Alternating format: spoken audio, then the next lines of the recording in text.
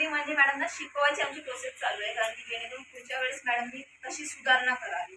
Booklet असतील, banner असतील, म्हणजे असं आल्या मॅडमचं हे काय सुरू झालं तर आम्हाला त्या चुकीच्या गोष्टींना दाखवून दिलं तर त्यांना कळतं का आपण हे चुकलं, पुढल्या वेळेस असं वागलं पाहिजे. माझं बोलण्याचा उद्देश असा होता का बाबा डायरेक्टर आपल्यासाठी एवढं लांबून आले आणि आपल्या बिझनेसचं रजिस्ट्रेशन होऊन आपल्या समोर जर खरं नाहीये, सरांच्या समोर जर 11 जणी आले तर आम्हाला थोडंसं वाईट वाटतं. बिझनेसचं रजिस्ट्रेशन 11 जणी बसलेले आपल्यासमोर, हे थोडंसं चुकीचं वाटतं म्हणून सर बोलले. तर तुम्हाला बोलण्याचा उद्देश जे आलाच नाही त्यांना मॅडम निरोप पोचवा. तर सगळ्यांचा आभार. राजश्री मॅडम रश्मी मॅडम इथे आल्या तुमच्यासाठी इथपर्यंत येतात, तुमचे डॉक्युमेंट्स क्लिअर करते. त्यांच्या अजून 1-2 व्हिजिट होती तर मी त्यांना बुकलेट पूर्ण करायला सांगितलं.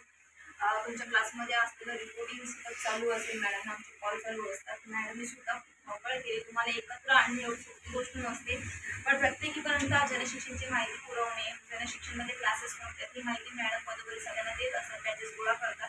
तर मॅडमचे सुद्धा आभार. मॅडम सुद्धा वेळ देतात, आपल्याला भर देतात. बाबा चला आमच्या घरी ट्रेनिंग सुरू करूया, जागा नसेल उपलब्ध तर त्याबद्दल मॅडम तुमचे सुद्धा आभार. असं जनशिक्षणचं काम पुढे चालू ठेवा. तर मी इथे बोलून सगळ्यांचे आभार व्यक्त करते. तुम्ही सुद्धा खूप छान पद्धतीने शिका, सक्षम व्हा. प्रत्येकीने 4-4 ब्लाऊज तरी शिवता आले पाहिजे, स्वतःचे शेजारचे. तर अशा उद्देशाने शिका.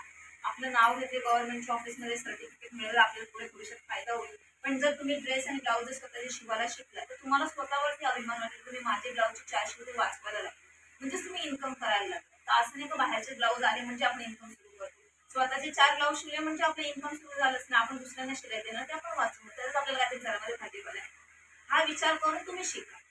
का आपल्याला शिकायचं आहे, मॅडमनी गोळा केले 4 दिवस जाऊ 4 दिवस जाणार नाही, चालतं असंच होतं तसं करू नका. जो लाभ तुम्हाला जनशिक्षण इथपर्यंत दिलाय तो लाभ सगळ्यांनी घ्या. मॅडम 3 महिन्यांची बॅच असणार आहे आपली. तुमची दिवस वाढले असेल 4 दिवस प्रमाण असेल, तुमचे 7 दिवसांचा क्लास असेल, हे सगळ्यांना क्लिअर करा.